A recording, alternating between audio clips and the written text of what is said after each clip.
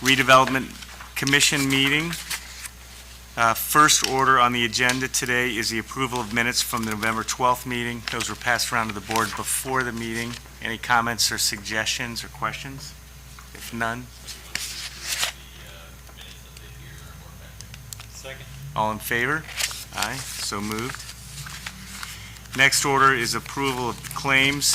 Those are also circulated to the board before. They total $72,712.43. Nothing outstanding in here that's unusual, but any questions or comments? If not, can I get a motion to approve and pay? Motion to approve. Second. All in favor? Aye, so moved. Turn it over to you, Mr. Reinhardt. Thank you, Mr. Chairman. Hot off the press, just about an hour ago, we received our financial settlement for December. So a lot of times I try to get that for you. Sometimes I get an estimate, but we actually have the real numbers this year because we moved the meeting a week.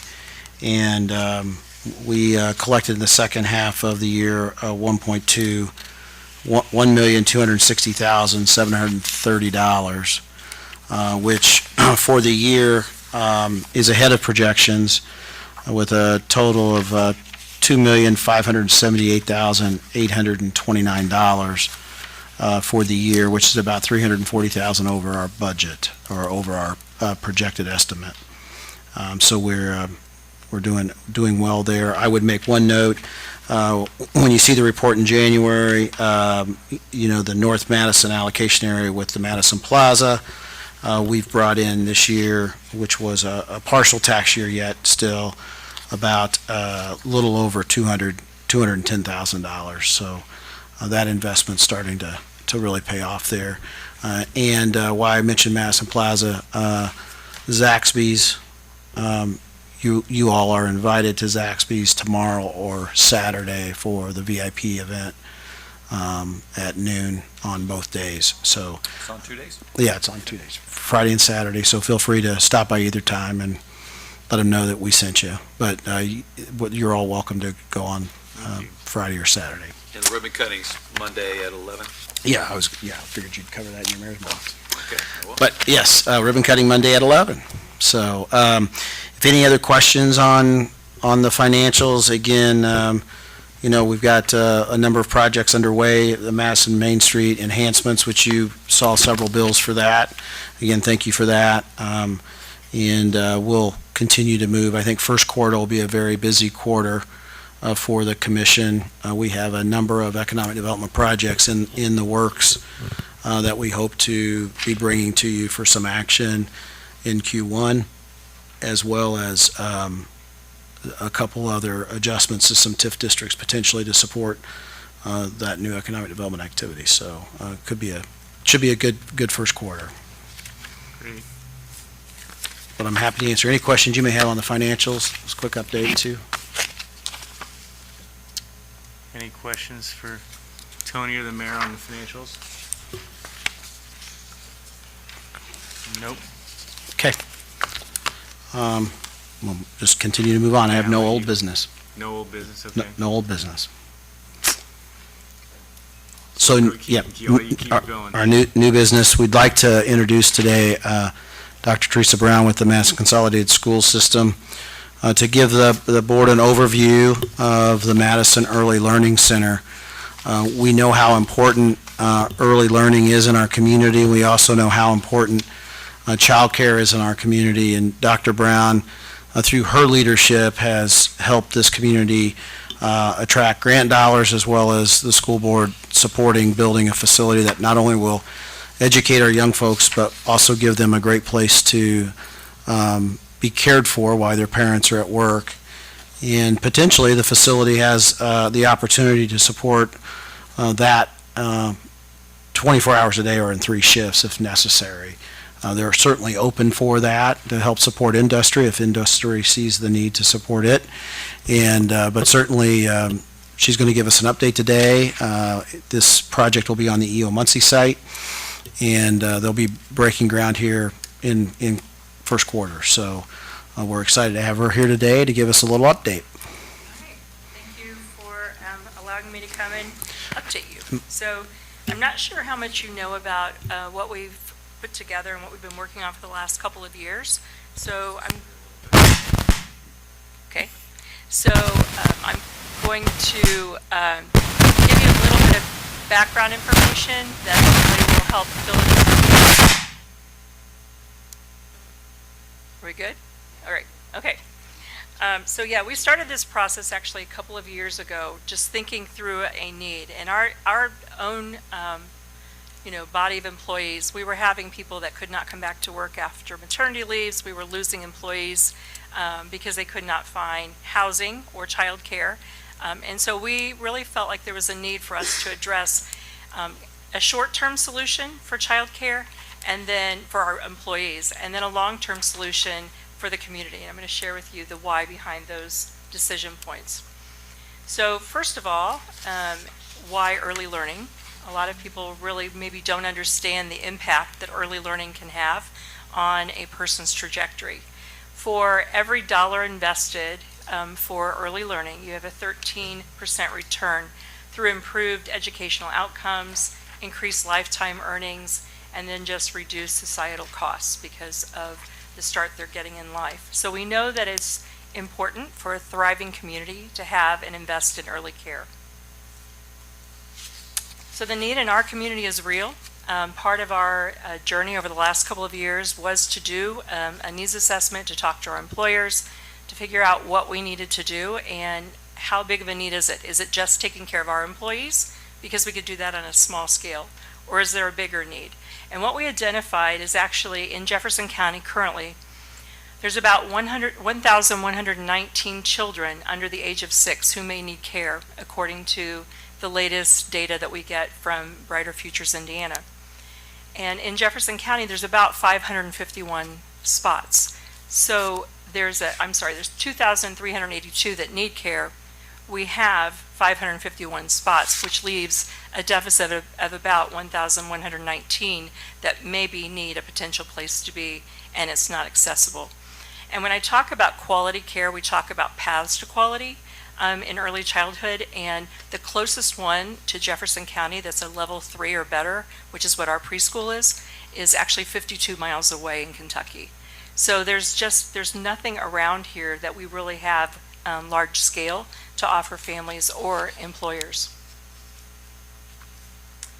So one of the things that we did as part of our research is we asked for community input, and we sent this to the community employers, and we asked them to ask their employees to fill it out for us. So we had 369 total responses from employees, and we asked them, how many days of work did you miss during the last month for a lack of child care? And what they said, 58 people said they collectively missed 158 days of work in the last month due to lack of child care. Then we asked the same group, do you have an anticipated need for child care in the next 2 years for a child birth to 5? And in that group, 120 said yes. 120 needed care, early care in the next 2 years. 42 were unsure. I'm not sure who those 42 are, but I guess they're still thinking about it.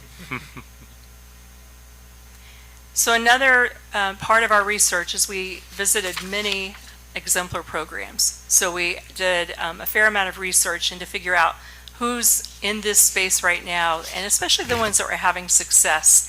And we wanted to make sure that if we entered the space, if we decided to build something, that we built the best possible center for our kids in Jefferson County. And so we spent a fair amount of time visiting a lot of different facilities. You can see, if you recognize any of those people from our community that actually went along with us on those visits and just kind of helped us think through what we might want for our own child care center. We also had a need in our schools because our elementary schools right now are pretty much at capacity. We don't have additional classrooms in at least 3 of the elementary schools, which means that with the additional housing that we're expecting, as you know, over the next 5 years, 445 to 630 units, that will cause our schools, potentially Anderson first, to realize an impact where we cannot have enough spaces for kids. We just wouldn't be able to accommodate additional enrollment. This year, we were fortunate because our enrollment actually was up 80 students that we did not anticipate, and it's a great problem to have, but we have to have a place for those kids to go. The good thing about building the Early Learning Center is it allows us to move the 14 preschool classrooms that we have in our elementary schools to one site and then open up those classrooms in the elementary schools. So it serves a dual purpose. Our preschool enrollment for last year, you can see we had 182 students, and that's where they were distributed: Anderson, Deputy, Lydia, and Rikers. We had a number on CCDF vouchers, which helped fund the preschools, and then we also have special needs students that also attend. I will say that the voucher issue has become an issue this year for us because you may know On My Way Pre-K and CCDF vouchers were cut in the last legislative session. And currently they're frozen, they're not issuing any new ones, and the ones that were funded are not funded any longer. So actually we have a kind of another issue going on in our community right now with a lot of students that were able to attend previously that are now not able to financially because the funding's not there any longer. So we are seeing some concern that we're having. This year, we've been able to absorb it. We already had the classrooms open, so we haven't made people leave that can't pay, but we can't continue to operate that way financially. So, I mean, it's definitely a concern in our community, the numbers of students that are going to be turned away because financially they can't afford to go. The Birth to Two program we opened, this is our second year, and this was our solution to our employees needing childcare. It's at our junior high school. We have 4 rooms right now. We have 3 rooms that are for what we call our employee rooms: a birth, a 1-year-old, a 2-year-old, and then last summer we opened up a 2-year-old for the community who also had access to our daycare just for the 2-year-old room. I will tell you, though, we haven't announced it yet, but there was legislation that changed what we're allowed to do now, and we don't have to license each room separately the way we did previously. So actually, beginning in January, any employer who has an employee looking for childcare from birth 1 or 2, they can now go to our daycare, and they don't have to have a separate room. They can be with our kids, and we do have space right now. So if you know of employees that are looking for space for babies, we do have some open spaces right now for beginning second semester.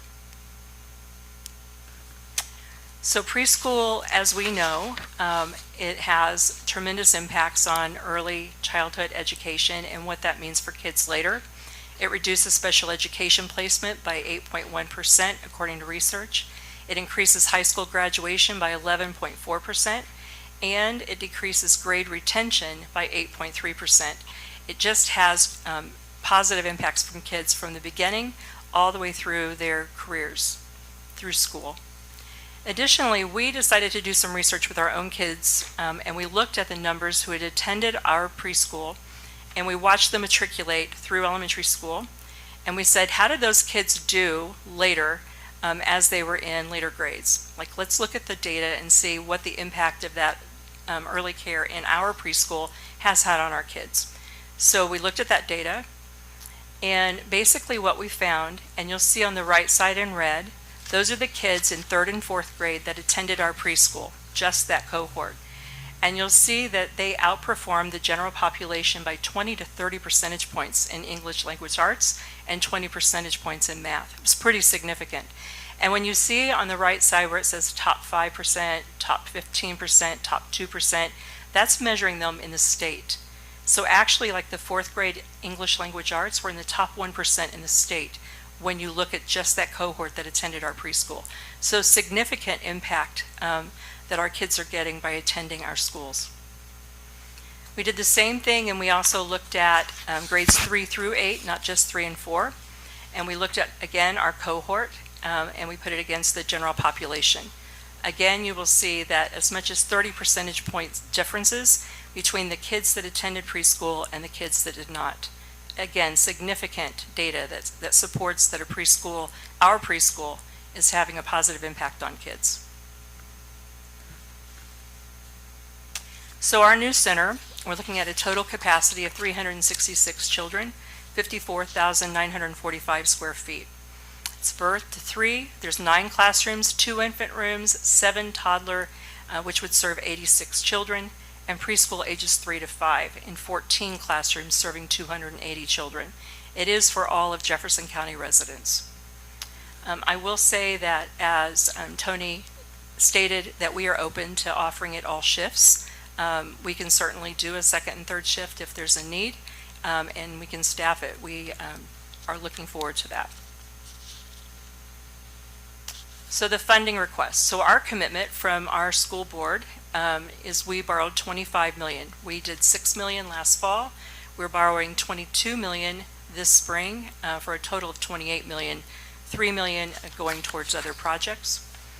We have a Bethany Legacy that we talked to last spring, summer, and they agreed to give us $3 million now, and then another $1 million that would be a match. So we've been working since September actually on securing the funding for that additional $1 million. When we put in basically our $5 million at that point, we're still $2 million short when you see the $32 million is the projected cost. And so there's a couple of ways we're going to address that at this point. One is we're going to make 2 of the preschool rooms an alternate bid. So we have 12 preschool rooms that we build and 2 that are alternate if we need to. We do believe, though, that when we get the bond proceeds this spring, that we will probably end up with a premium. I shouldn't probably say that out loud, but we're hoping that we get a premium. In the fall, the money that we borrowed, we had a $600,000 bond premium. So on the $22 million borrowing, we're anticipating probably $800,000 to $1 million at least that we can expect for a bond premium. We're hoping that, and plus some cuts we're making in the structure of the draft that I'm going to show you, will allow us to meet that shortage. But the 3 areas that the Bethany Legacy money is helping us fund is the indoor playground, the community sensory room, which I'm going to show you in just a minute, and then the outside immersive garden and imaginative playscape. All of our elementary schools now have outdoor gardens. We think that's really important for our kids to have access to fresh food to help grow it. It's part of what we're doing with our farm stop. And so all of our kids are involved in that initiative from K through 12 now. And we're going to do it at the preschool too. So you're the first to see this. This is actually the rendering of the new Madison Early Learning Center. It's not done yet because there's actually a couple of things I'm looking at in this drawing that I've said, I'd like you to give us some options on that. So it's not done, but this is pretty close to what the final building is going to look like. One of the things that I love that Schmidt has done is they took into account Madison and some of the features that we have around us. So you'll notice the stone that we have on the outside is very reminiscent of like Clifty Falls, right? They were trying to emulate some of the structures that we have in the park. And then it looks like aluminum, kind of the shield that's around the windows. You'll see what happens to it at night. It kind of looks like a waterfall. And so they intentionally put that in place as well to mimic some of the features that we have in our parks. So that's a nighttime view of the Early Learning Center. That's the floor plan. So we'll have one wing that's a preschool. That's the top one, the longer one. The other wing then is the daycare. We have in the center part, that's where the administrative offices will be. We have also connected in the top part, that's where the indoor playground will be and the community sensory room. There'll be doors connecting so that actually we could open up both spaces if we wanted to at any given point. So here's some examples of the indoor playground, what we're trying to accomplish. We wanted a place for, because we're talking about our youngest children, having a safe place for them to play, so it doesn't matter what the weather is, we can take them, and they have playground equipment, they have climbing walls, they have places to run and play, and just be little children, right? So our indoor playground was very important to us. We could not afford it with what we were building, and that's where the Bethany money came into play. By them giving it to us, we were able to build the indoor playground for our kids. The second part that we found as we were doing research into other facilities, the sensory room was one that we saw in Shelbyville that we really liked. Every time we visited, our group just felt it was important to include that. One of the facts that we know about our student body is 43% of our kids are being raised by grandparents. That's a pretty big number. So when we're thinking about building this for our children, we also need to think about the impact it has on our families and our community. We know that our families and our grandparents are always looking for places to take their children to play and have things to do. We felt like the sensory room would do that. It would give grandparents or whoever is watching children during the day a place where they can come, bring their children, a safe place, and it would be made for little children. And so the sensory room was, again, it was a dream. We did not have the money to be able to do it financially, but Bethany Legacy gave us the funds, and now we are including that in our design. And we know there's many benefits for sensory play for preschoolers, brain development, creativity, problem solving, language development. So there's a lot of reasons why that's important to include in our center. Some more pictures of the community sensory room and play therapy. I would mention that all of those wooden structures at the back that you see, the little things that the kids can play with and do, those were all made actually by community members in Shelbyville. So that's our goal too. I've already talked to a couple of carpenters I know that actually sit on our board, and I've said, I'm going to take you to Shelbyville for you to see this because I want you to come back and make this for us and put this in our center. So they say they're going to do it. So that's our plan, to make sure that we're involving our community in all aspects of our center. The outdoor play space, we wanted to make something special. So we have parks around Madison, none that just cater to our littlest children. And they have different, space needs, they have different kinds of equipment they use. We wanted to make sure that this early learning center had an extensive play place for them outside that the community could also access after school. So it's going to be a pretty special place. We actually allocated over $1 million for the play equipment just for that outdoor space so that we could ensure that we provided our kids things like a dinosaur dig, that there would be raised garden areas for the kids, that they would have lots of play structures, that we could divide it up so that the infants would have their own space and toddlers would have their own space, that we could make it safe for all of our kids. And so here's some examples of actually hours that again, you're seeing them for the first time. We haven't really shared this with anyone yet, but here's some examples of some of the structures that we're putting in our outdoor playscape. You'll notice that we're not doing like those big shiny metal like park structures that you see. It's much more like natural woods. Again, thinking about like a park if you were attending it. And we wanted it to have that feel for our kids, that it's just very natural, a lot of wood, and structures for the kids to play with. There's like a dinosaur in the middle they can climb on. All kinds of things that will be, I'm sure, it will pique their curiosity and desire to play. A place for them to ride their bicycles, and there are places that are divided up for the different age groups. So again, the total project cost is $32 million. Madison put in $25 million. We have $3 million from Bethany, plus $1 million, plus a $1 million match. We are $280,000 away from meeting that $1 million match. We also secured a grant from FSSA for $750,000, and that was the seed money we used for our indoor short-term solution childcare that we offer at the junior high. So our timeline for completion for fall of 2027. We have already started. We'll have final designs done by February, and we plan to go after in March or April the rest of our funding, and they will break ground. I think May is our target date for that. And then the site's being cleaned up this winter, so it'll be ready for it. I don't know that you want to watch these videos. Yeah, Do you? show Okay. us All right. what you got. Okay. I need some, Or these are the public comments. yeah, these are the public comments. And you might share who that is. That's Dr. Amanda Harson. She's the Chancellor of Ivy Tech. And aren't you partnering with them on some training too? Is Share that? how Ivy Tech stands ready to help contribute to its success. There's no question through the data and through the surveys that access to reliable, high-quality child care is one of the most urgent needs in our continues to face a shortage of early childhood educational professionals, and that shortage affects not only families, it impacts our workforce, our economy, and our ability to grow. Ivy Tech Madison is deeply committed to being a part of the solution.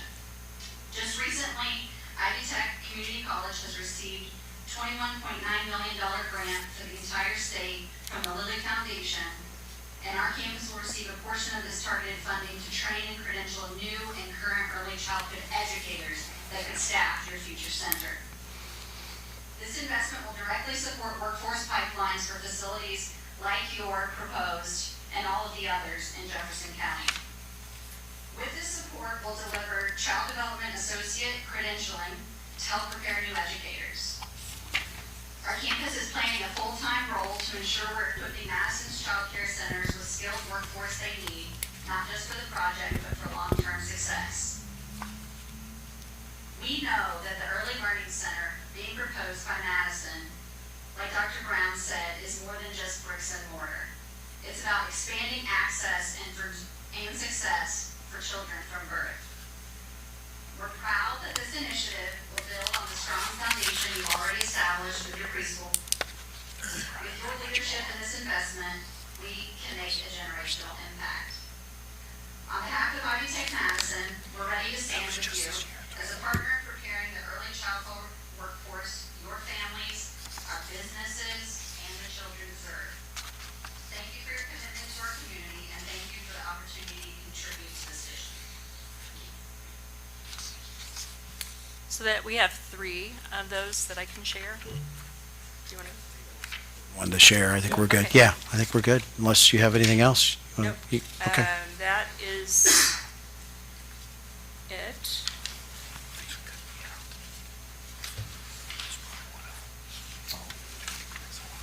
Sorry. I don't think they want to. She's good, that's fine. We have Jane Williams, and then we had Holly Robinson.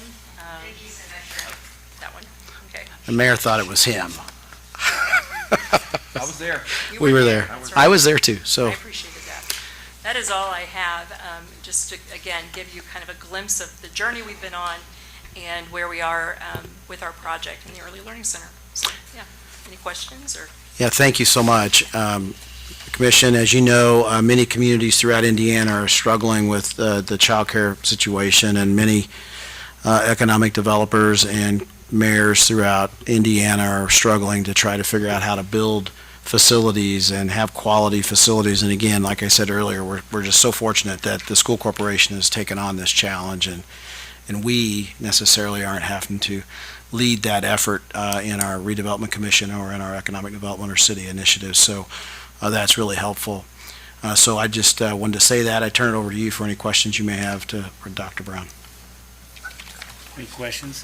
I just have a comment. I just wanted to say thank you for your leadership on this issue. I have 3 small children, 2 of which are in school right now in the Madison school system, and my youngest is in the community room right now. And it is a huge, I think, benefit, not just to my family, but I think the most important slide, looking at the need in our community, is a real slide that you had. I've experienced it, right, as, 2 parents that work outside the home trying to find quality childcare has been very tough, and I think this will be a big part of the solution for our community, so thank you.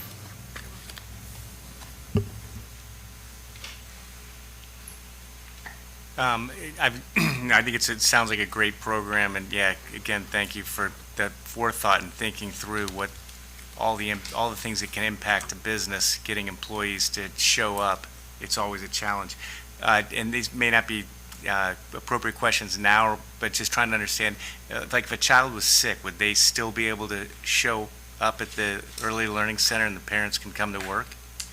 Yeah, it would just depend, right? Like if they were fever-free and they were just on medication, that sort of thing, then yes. If they were contagious, just like a child at school wouldn't be able to come within the first 24 hours, that sort of thing, then no. Okay. And then is this, the parents would have to pay for this service? Is that? Correct. Okay. Yes. There's a fee, yeah. Okay. And then so is the plan to be self-sufficient, or would it need continual funding from the school and? Well, yeah, that's a really good question. When we initially did our kind of financial analysis of it, we felt like it could be self-sustaining after we got it started. But that was when we had vouchers on my way pre-K money, and that was part of the solution on how we were going to fund it. Over this past year, especially this past fall, when they froze the dollars and they've started turning people away, that's not the case. And so we've never been in the black in the preschool area. When I first started, we actually were in the red about $600,000 a year for just the preschool. And so we looked at, like, we needed a financial sustainability plan for that, like how do we handle it? So we changed some of the structures of how we were classifying employees. We moved some people to different positions. We changed it into a classified instead of a certified position, so it's not a certified teacher, it's a classified, so that we could pay at a classified rate. So we tried to reduce expenses. So that did help. It did bring down that gap some last year, but we're still in the red. This year, with the loss of vouchers and on my way pre-K money, we're in the red more than we have ever been. So we're very concerned about that, actually. And at this point, we can manage it. We have a really healthy cash flow, and we have some generous donors that help us every year with an annual contribution that helps us kind of make up that difference. But there will definitely be a point where if that funding is not reinstated, we're going to have to make some tough decisions. Okay, Yeah. thank you. And then last question, how many employees do you think you'll have in this facility? Yeah, gosh, I wish I had that sheet in front of me. So Okay. right now, every preschool room, and we have 14 of them, has a teacher and 2 assistants. So all of those people would come. Mhm. And then the childcare rooms, again, they all have like a lead teacher and 1 or 2 assistants, depending on the number of students in those classrooms. So, and those would be 9 classrooms, and they would all come with us as well. Right now, we just have 4. Well, okay, So we'd be great, expanding that to 9. Great, thank you. Dr. Brown, thank you again for the presentation today, and for all the work that you've done and the board has done and others across the community to put us in a position where we'll have an opportunity for an early learning center. I think it's absolutely critical. And Commission, if you think about over the last few years, what we've been focusing on is attracting investment and growing population and bringing good jobs to our community. And the natural impact of that is we need more of everything. We need to build capacity along the way, and I want to thank you for recognizing the need for additional capacity, because on the horizon, in a really short period of time, we are going to have capacity issues at our schools if we don't already. I think you've outlined them, and with some growth that we've already experienced. And so we've got to be making investments like this. And a couple years ago, maybe less than 2 years, myself and Mayor Jensen were nominated by Secretary Jenner to represent the state of Indiana as fellows for the Hunt Early Learning Institute. And I can tell you it was very enlightening relative to the need across our communities everywhere in the country, particularly in Indiana and definitely in our rural communities, to be making these investments. Statistically, you've already shown us what is the difference already with preschool versus not having preschool, and the impacts of the child development and facilitating early learning, like what Dr. Brown is proposing, has lifelong benefits. We are often faced with trying to deal with our children as they become teenagers and as they become adults in different ways, and in many instances negative ways. And our prosecutor here can tell you far too many stories about that, and this is a way to change the trajectory of a child's life forever. And that's why I think this is so important, and the leadership on it, and very proud to be involved in it. And we need it as a city, because we're talking constantly about housing to manage and facilitate our population growth, building capacity in our transportation network, utilities, the placemaking that we're doing, the destination development that's making Madison an even more attractive place to live. So that the effect of all that is we need more capacity in our school systems, and this hits all the areas of need for our community: workforce, early learning, and child development, and child care in particular. And my kids are adults now who have kids, and it's always been a struggle to have proper child care options, and housing options and so forth in our community. So thank you, and the city of Madison needs to support this development with you. We would appreciate it. Yeah.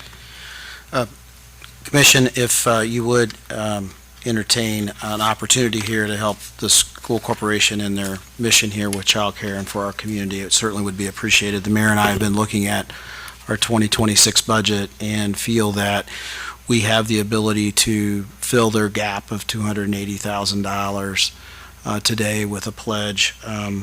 And Dr. Brown has even given us the ability to pay that over a couple years, but we think we can, if we need to, but I think we can certainly fill that $280,000 gap within our current budget. Again, as I said, we received excess dollars this year over budget, and we'll pinch the rest out of the other projects as we go forward, but this is too important of a project to pass up, and we should participate. Do we need a resolution now? Is that what you're asking Motion. for? Motion. Motion? Yeah.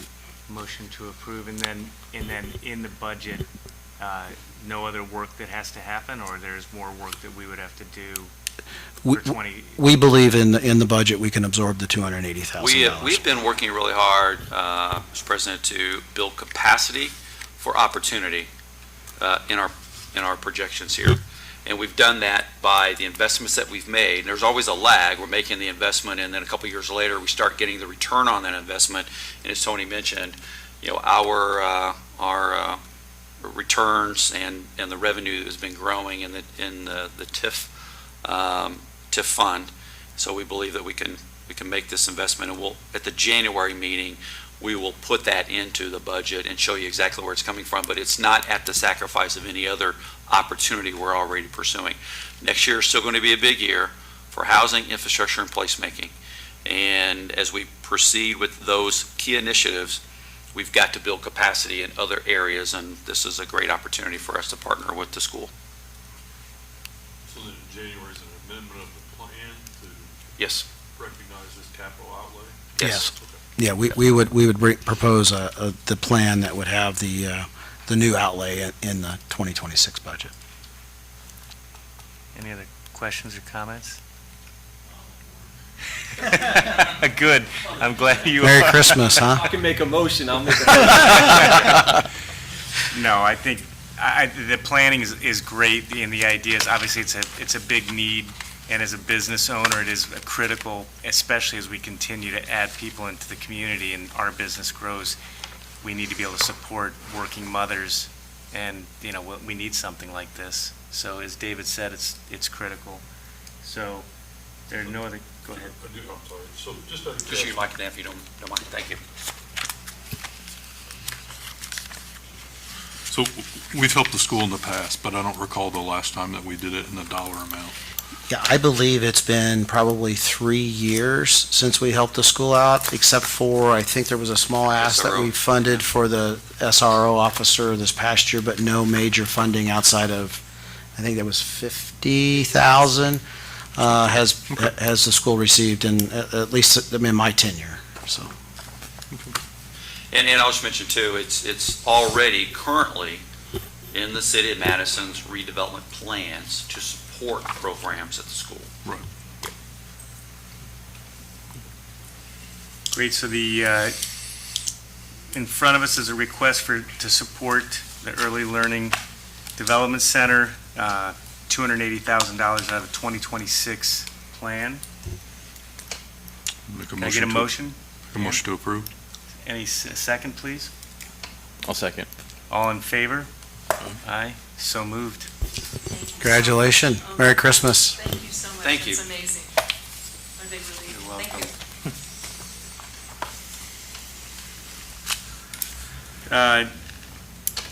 you. Mr. Mayor, any mayor's comments? Yeah, not very many more, other than the fact that Madison and Jefferson County continue to do well economically.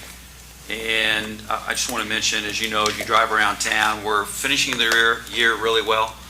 Our infrastructure projects are coming in on time, on budget. They're transformational in many instances. They're facilitating the attraction of other investment, which is what I think we've done best, is leverage our dollars to generate a tremendous return on that investment, but also be catalysts for new investment. If you drive down Clifty Drive, you'll see the shops at Sunrise Crossing, and you'll see, right behind it, the residents at Sunrise Crossing, which is going to be a beautiful affordable housing development, first in Madison's Hilltop for probably about the last 40 years. But I just want to mention too, relative to on the workforce side of things, and I think it just keeps reinforcing the work that we're doing and the work yet we have to do to build capacity, and that is relative to Jefferson County is the unemployment rate at the end of September was 3.6%, and we are in the top 25 approximately across all counties in the state relative to low unemployment. The national unemployment is about 4.3%, and we're several points below that. So really happy with the direction local economy is going. And as Tony had mentioned, we have Zaxby's opening tomorrow and Saturday with a ribbon cutting on Monday. And Tony's office is like a revolving door. There's so many investment opportunities coming to economic development in the city of Madison that we're trying to work on where can we put everything, which is great, but it also creates a lot of need for us to continue to plan and make investments. Housing is going to be the big push next year, in all spectrums, both on the rental and on the single-family side of things, as well as market and affordable. I just mentioned we have the residence Sunrise Crossing already under construction. By summer next year, there'll be people occupying buildings there. People are already able to make application for the housing there. We do have an RFQ that's out in the marketplace soliciting developer interest for an investment in our riverfront apartments that we recently took through and created a riverfront district for a rezoning. We're now that's part of a bigger rezoning effort, or a bigger modernization of our zoning citywide that's going through the adoption process beginning in January. So lots of things happening, and thank you guys all for being a part of it. Before I close out with my remarks, do you have anything else on the Redevelopment Commission front? No, I guess I can update you real quick. We are, as Bob said, having a number of both national and regional interests in our Destination Madison plan because of the success of Sunrise Crossing. We are struggling with finding locations for those folks in our Madison, Clifty Drive sort of area, and continuing to work with them and other property owners on, I think, some potentially exciting opportunities in 2026. So that's happening, and we are, I think, getting closer here on a single-family neighborhood for starter to mid-level homes, and hopefully have that to you here in the first quarter of 2026. I will just tell you, things take a lot longer than you would anticipate to try to pull together all the little pieces and nuances.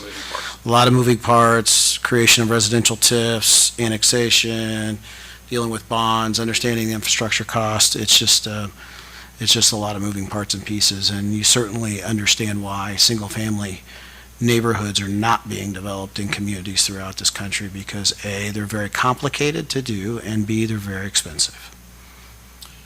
And on that as well, if you drive around any neighborhood in Madison, particularly downtown, where there had been a concentration of blighted, vacant, abandoned properties, we are improving every neighborhood. The recently adopted, when I say recent, it took us a year to create, and then we adopted it in May of 2025, which is a vacant and abandoned structures ordinance. It's generating lots of results for us in downtown, and that's also about capacity building. It's taking property that is not producing a return relative to taxes, not creating a housing option for a family or someone living or moving to our community, and also eliminating blight. So you'll see us be very aggressive on that in 2025, and that's just another another reiteration of our focus on beautifying our community, creating more housing options, creating a safer community, more pedestrian friendly, and that's also producing results. But couldn't be prouder of the city team and all the different things that we're involved in.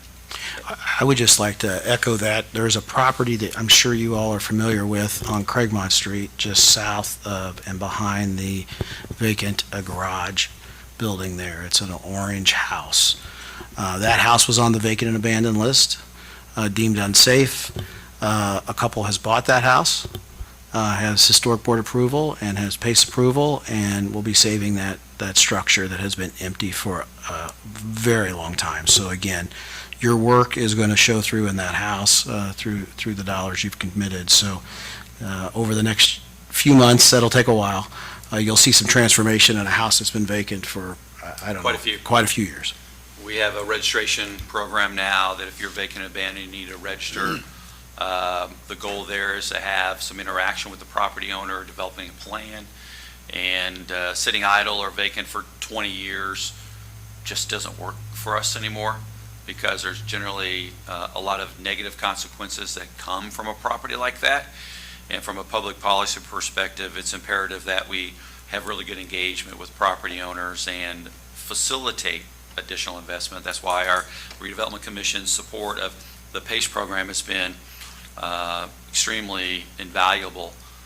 We'll also see probably in the first quarter the partnership with the City of Madison and Indiana Landmarks to save the Custer Cosby House on 4th Street, a home that has been vacant for over 20 years, probably destined to be demolished. It was being demolished by neglect and lack of investment, and that's going to see a new life next year and become a home for a new family. So those are, it's not just about building new, it's about also trying to bring back to life those structures, and there's dozens of them across our community that could be homes. And we're trying to work collaboratively with property owners, and in some instances, just code enforcement has to be involved too. But we're making a difference, and we've got some other exciting news to share with you in a couple weeks, or whenever we have our executive session, January. Yeah, we've asked for an executive session after the meeting in January. So we'll get that notice out to you guys too, but some great things to share with you then. And then I'd also like to add that this is a sad day for us in some respects, because it's Carrie Strauss's last meeting with the City of Madison Redevelopment Commission. Carrie's been serving the City of Madison in a phenomenal capacity as a commission member since 2018. And so, Carrie, we just want to express our gratitude for your service and thank you. I do have a certificate of appreciation I'd like to read and present to you after the meeting, which is: this certificate is proudly presented to Carrie Strauss in recognition of his 8 years of dedicated service on the City of Madison Redevelopment Commission and his meaningful contributions to the city's housing, infrastructure, and placemaking efforts, work that will continue to benefit Madison for years to come. So, Carrie, thank you very much, and I'm sure the rest of the commission wants to thank you. And this is where you talk about how great it's been to be on the Redevelopment Commission. It's been great. It's time for someone else to learn from this team. Thanks to John, Joe, and Dan. They've been great for the time I've been with them, so I appreciate you guys. Thank you. That's all I have for city updates. More to come. The best is yet to come. Excellent, nice update, thank you. I will say, I think downtown looks fantastic, so Thank you. nice job to the crew that put everything together. Any public I would comment? call them the Motley Crew, because you Motley should Crew. be in some of our meetings sometimes. I don't think there's any public comments. There being none, there's nothing else on our agenda. Next meeting is January 13th. I will take a motion to adjourn. So moved. Second. Dan, all in favor? Aye, so moved. Thank you. Yeah. Let's do it.